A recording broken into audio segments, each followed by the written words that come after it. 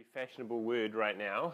There's these conferences, and it's now officially a research field. When you put that into PubMed, it's more than 16,000 hits. So there's way more information than you can ever digest.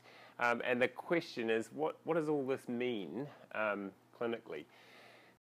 It's always talking about the proprioceptive input of the fascia, and it's telling you where your body is in space. The physio work of Jill Cook and her colleagues tell us about tendinosis and fibrosis. Carla Stecco is always talking about the sliding interfaces of the fascia. And then we read that it's unstretchable, according to Chandri, so we can't change the length of it. So what does it do again? Oh, and then you look in Gray's and it's an adipose layer. Okay?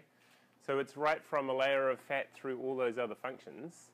So tell me what the function of fascia is. It's confusing, right? So we need another really simple way to think of it is that wherever there's regular dense connective tissue, there's almost always loose connective tissue in pockets around the regular dense connective tissue. Okay, so when that pocket of fat has a special wrapping around it, we call it a bursa, right? And it gets a special name in a purple color in the anatomy book. When it doesn't have a wrapping around it, what you're looking to do is figure out what combination of strain, sliding, and sensory is each technique made up of. So in some places it'll be just straight sliding. In some places it'll be mostly strain, and in some places it'll be mostly sensory. But the idea is if you can always be thinking about, is this more of a sensory thing that I'm doing, or is this more of I'm trying to change the strain transmission, so I need to do strong cross-fiber friction techniques, or is this a sliding, slippery, shearing technique that I'm doing, then it'll make what you're doing more effective. End of this squat.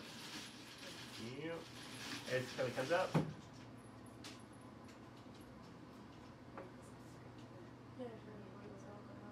So if you watch her left knee, her pelvis rotates right at the end. There. See that? So she goes around to the left. Cool. Yeah. In this position, the left innominate is in a relative posterior tilt to the femur. So it's gone into an IPT, it's gone like this. And then come back up. It's still posterior, and it stays like that. And then she does one of those. Don't look at the screen. Okay. Kelly, let yourself go to where you normally do. Oh. Okay, so I just want you to see this.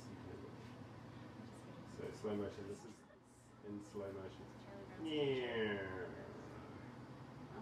Okay. So now we've got to figure out what's pulling her around into that position. Okay.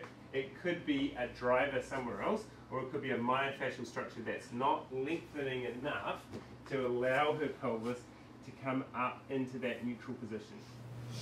So this really vertical portion is more like a hamstring, but when we get up here, so have a look at the angle of vagus here is totally different to the angle of vagus here. This is the part that's innervated by the sciatic nerve. This is the part that's innervated by the obturator nerve.